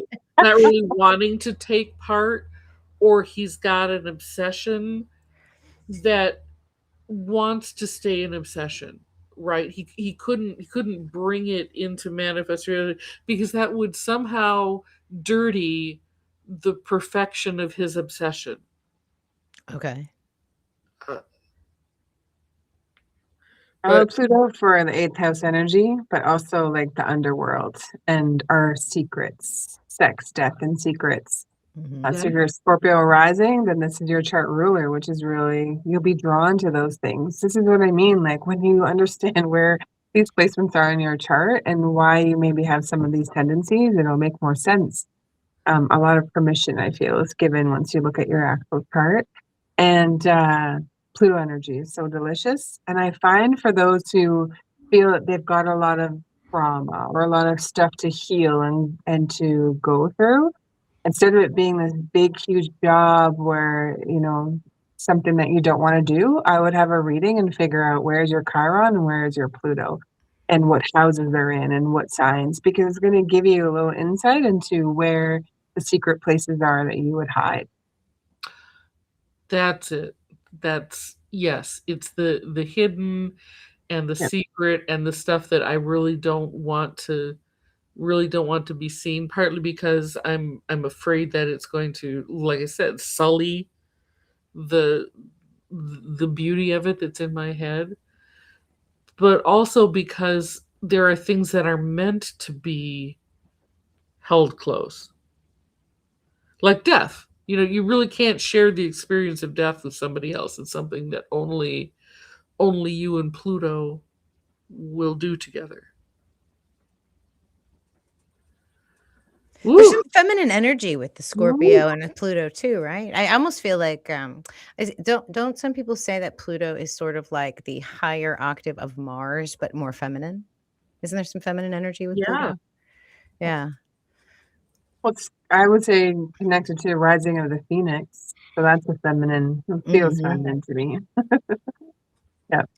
Yeah, and I like the element of the element of water for Scorpio, because water is deep and dark and emotional. But I also like ether for Pluto because can be very magical.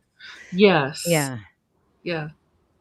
But the thing about Pluto is it's also completely emotionally detached, right? He would be in sex, he would be in it for the orgasm. He's like if you talked about Mars at the orgasm, I almost think Pluto's there. Rather he's just at that moment of He's more of like the moment between the the tingles and petite the more. explosion, like the moment of absolute merging where Yeah. nothing exists. Yes. The moment before the explosion. Yeah. Yes. Yeah. Yeah. Like, oh my God, it's coming. Right. That's sort of like Like, that's here it that's is. Pluto's perfection. Pluto gate. Yeah. Wow. Love it. Awesome. That'll be interesting. Oh, there's going to be some interesting conversations. Ooh, sorry. Yeah, we don't want to be at this all night. Yay! Yay! No, that's it. That's the planets. Just real quick, how to connect with the channel or with these ladies. You can like, hype, subscribe, share the channel, join us over on the fellowship. You can also join the channel if you like this content. We meet once a month right around the new moon, and they're amazing conversations. You will also get to have first look content, exclusive content, and 13% off my Gateway 1 reading. And then be sure to check out Maria and Christine's work. They do some amazing things. Please join us for the January 6th, 7 p.m. for the Venus cycle initiation meeting. We'll discuss everything that's involved. And then, of course, if you want to know, learn more about the 13th sign in Ophiuchus, you can check out my book. All that's linked below. Thank you so much. Let me get out of this PowerPoint. We can take some of your comments and see what you guys think about everything we've been talking about. So stop. That was great. Thank you guys so much for your input. I mean, I feel like I learned a little bit about, different ways me to too. think about it. I'm definitely gonna like look at my chart in a little bit with these new eyes and kind of ponder my I'm own getting a reading energy. from Christine, man. That's for sure. Yeah. Yeah. Yes. Everyone's a tantra teacher. Good night, everyone. Absolutely. You know what we can do? Let me see if I can put this. Yeah, we can show this on the screen. See if there's any new comments. Thank you, Little Homestead. Absolutely amazing, beautiful women. Mary Mystic Lorna says, thank you for your time and sharing your insights. And I guess Black Butterfly emerging got the 13th sign. Yeah, it's a good. It moved through me. It was birth right as Venus was in her retrograde inferior conjunction. So in the past, I've been timing my Venus cycles, my creative energy, my creative output with Venus. And it's not that, retrograde is the only time of productivity. There's certain parts and phases of the cycle that you work with so that, you can make the most out of everything else that's going on with you. And it helps to know your own personal Venus as well, where it is, how it's aspected. And when I do a Venus reading, I make Venus the ascendant energy for you. I say, this is how she looks at the rest of your planets. This is how she looks at Jupiter. This is how she looks at Mars, and it really brings an amazing awareness to what your ability is to create. So any final thoughts from you guys? Let's see what these guys are saying. Go ahead. I say thank you. This was a lot of fun. And just, I feel like we're at a time where the hidden secrets can come out and, the healing can be done so that we have more capacity for pleasure, for joy, for delight. But a lot of that comes with emotional maturity and being able to ask for what you want. Yep. Started. Go ahead, Maria. Any thoughts? Oh God, so many. But you know what? I'm gonna second what Christine just said. Something has shifted, and we've all felt it, and that's why we're here. And we're in a time when it is possible to break some very old, very long cycles and move forward into something completely new, as fully empowered individuals, which we are. We've just forgotten. But here we are helping each other remember, and it's a beautiful thing to be part of. So thank you. Thank you. Looks like Brenda has a Neptune Libra 12th house. So I love Libra Neptunes. You guys are such peacekeepers. You don't even you don't even understand why there's war, arguing your angriness. You were born like right after the warring generation.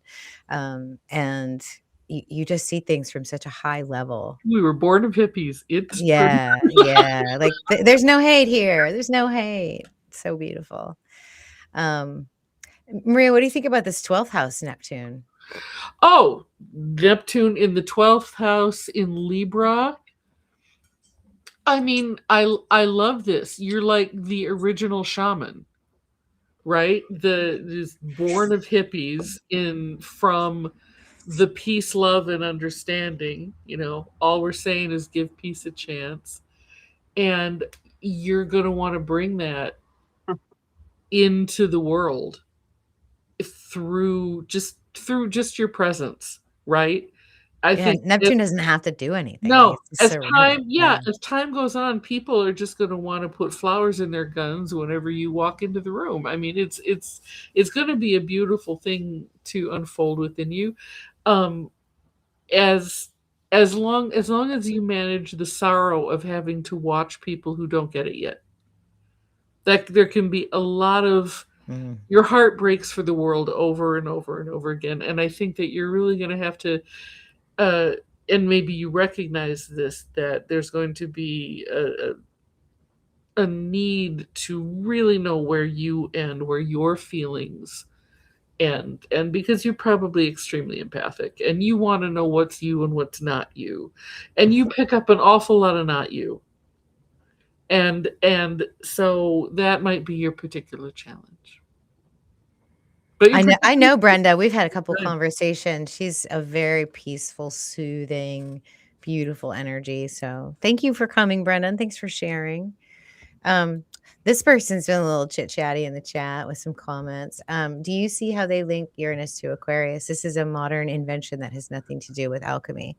Well, maybe not. There's some Babylonian literature, not literature, but like findings that they may have known about Uranus way back in the day.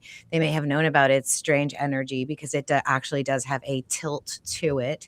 And also, when it was rediscovered, it could have been named George, but it was named Uranus. And I hear this argument a lot, like, well, the name doesn't mean anything. It doesn't mean anything at all. Well, actually, it does. Because where do the names come from? It comes from our collective subconscious. It comes from the Akashic record. And the first person to utter the words for it is the reason it stuck. And the name of it and the position of where it is fits very nicely in alchemy, especially if you want to use that beautiful Uranus energy in your chart and find out where your individualized path is. I mean, Uranus's path to enlightenment is to forge that path, and it's lonely because you can't look left or right. You can still use Aquarius energy with Saturn as the ruler. That's totally fine. Nobody's saying you can't. It's just that Uranus is a thing, I think. It is now. Yeah. Once you see it, you can't unsee it. Correct. Yeah. Okay, let's see who else here. Randall Pescent has a 10th house Venus in Gemini. Mm. So the Gemini Venuses, I have one of those too. They're very pleasant to be around in conversation. They're, you'll feel good talking to a Gemini Venus. They always make you feel like you belong.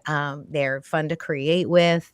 They're funny. They see the humor in things. But a 10th house Venus is like the boss.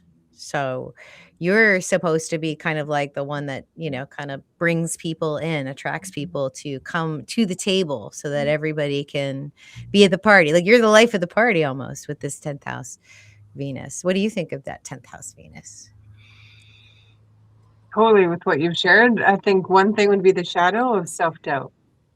So just like with Gemini, it's like, do I do this or do I do that? And so it's finding your inner core, your inner anchor, so that becomes less noise.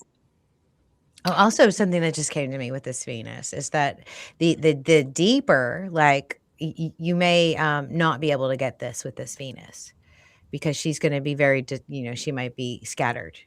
And when you're scattered, you can't focus your energy deeply, right? You can do a lot of good things superficially, but then the deeper energy is more difficult for a Gemini Venus. But you also might be somebody like a newscaster or something Sure. that is going to disseminate information to a large number of people, but with always wanting it to be pleasant. always wanting it to be beautiful, always wanting it to be harmonious. Twist. I like it. Let's see who else here. Let's see. Ooh, this is a good one. Terry has Saturn, Leo 3rd.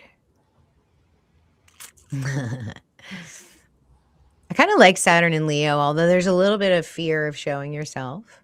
There's a little bit of fear of even just loving yourself. Like, are you worthy of that true divine love? And in the 3rd house, it's restriction in speaking. Like, so that's sort of like the first version of Saturn. The second version of Saturn is they overdo it, right? Like I'm just going to show the world myself and I don't even care. And it's, it's risky and it's dangerous and it's offensive and all of that. And then eventually this Saturn ends up being very gracefully generous, kind of like the lion sitting on the throne, with that very auspicious teacher energy. So Saturn goes through a journey in life for sure. What do you guys think?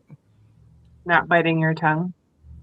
That, again, finding that inner anchor, and you will express yourself in the way that you're meant to through communication.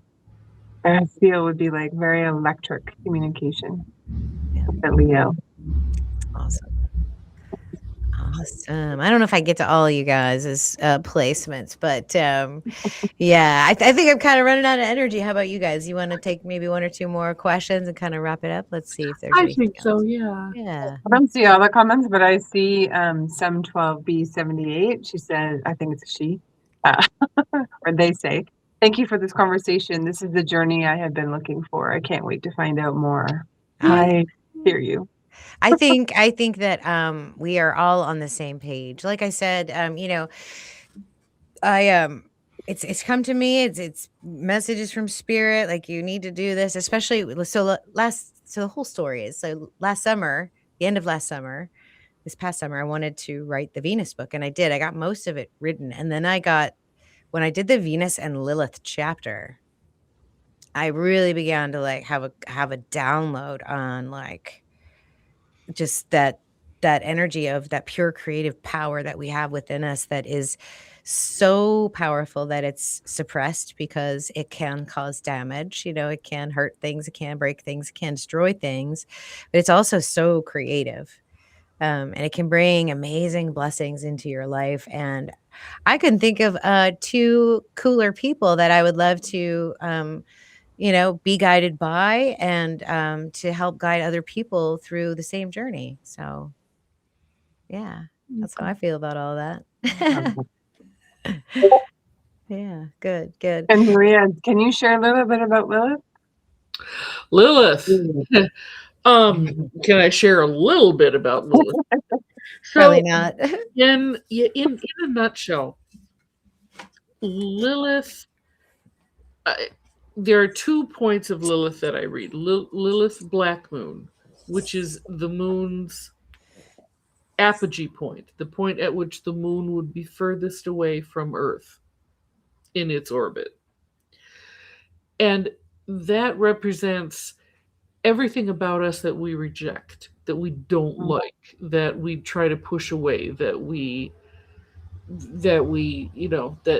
isn't acceptable, isn't loved.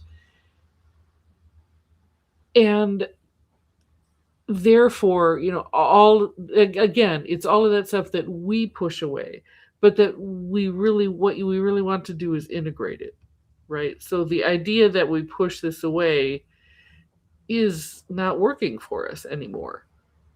So Lilith will represent what we need to alchemize in order to feel whole again, because she always wants us to recognize our own sovereignty. She herself is the embodiment of sovereignty. Her whole story was that, she was cast out of the club because she refused to see herself as less than Adam. She saw herself as the equal of every other being just because she was. Well, you can't have that in a patriarchal society, so off she goes. And Lilith will inform us where we need to work, what we need to integrate, what we need to accept to become sovereign. And the other one that I read is the Lilith asteroid, which, being a physical body, will signal where we need to take action in order to get rid of stuff that isn't working for us anymore, to alchemize it. Mm. My favorite saying over and over again is, Lilith always knows what isn't working for her. She always knows what isn't working for her. And so we work with Lilith when we want to understand what isn't working for me, or when we feel like something isn't working for me because I don't feel empowered. I don't feel strong. Well, that's because you're, giving your power away to somebody else. You're letting somebody else make decisions for you, or, blah, blah, blah, blah, blah. It could, yeah. So that's when we work with Lilith, is when we want to understand where we need to bring our power back in, take our power back. She's so powerful. She's more powerful than Pluto, in my opinion. Big time. Right? Because Pluto just breaks things, where Lilith creates without seed. There's no seed. There's no insemination. It's just pure creation, which I think is amazing. Yeah. And we all have that power. So my vision is that those who are in some type of a counseling position with people learn astrology so that they can read their charts for them. Will pull people, I think, out of years and years of therapy when you realize where the placements are and the growth opportunities that you have chosen in this lifetime. I feel that whole industry is going to change, because it's not talking about it, talking. It's like, what's the body saying? And also what's in your chart, so that you can see the deeper secrets, or the themes anyways, of what you've come here to grow through. I love it. I can't wait. Yeah. We're all such believers. I love it. Yeah. Cool. Good. All right, my friends. Thank you everybody for being here tonight and chatting with us and supporting this conversation. And I don't really have any closing announcements, so we'll just close the stream with a few fun facts about Venus, what we opened with. And I just want to thank you all again from the bottom of my heart for having this conversation and bringing it to the public. So if you guys want to hang back during the outro, we'll chat a little bit at the end and just kind of see what's next. So thank you guys so much. I appreciate you guys. Love you all. Here we go. I'll put you all backstage, and we'll play the outro.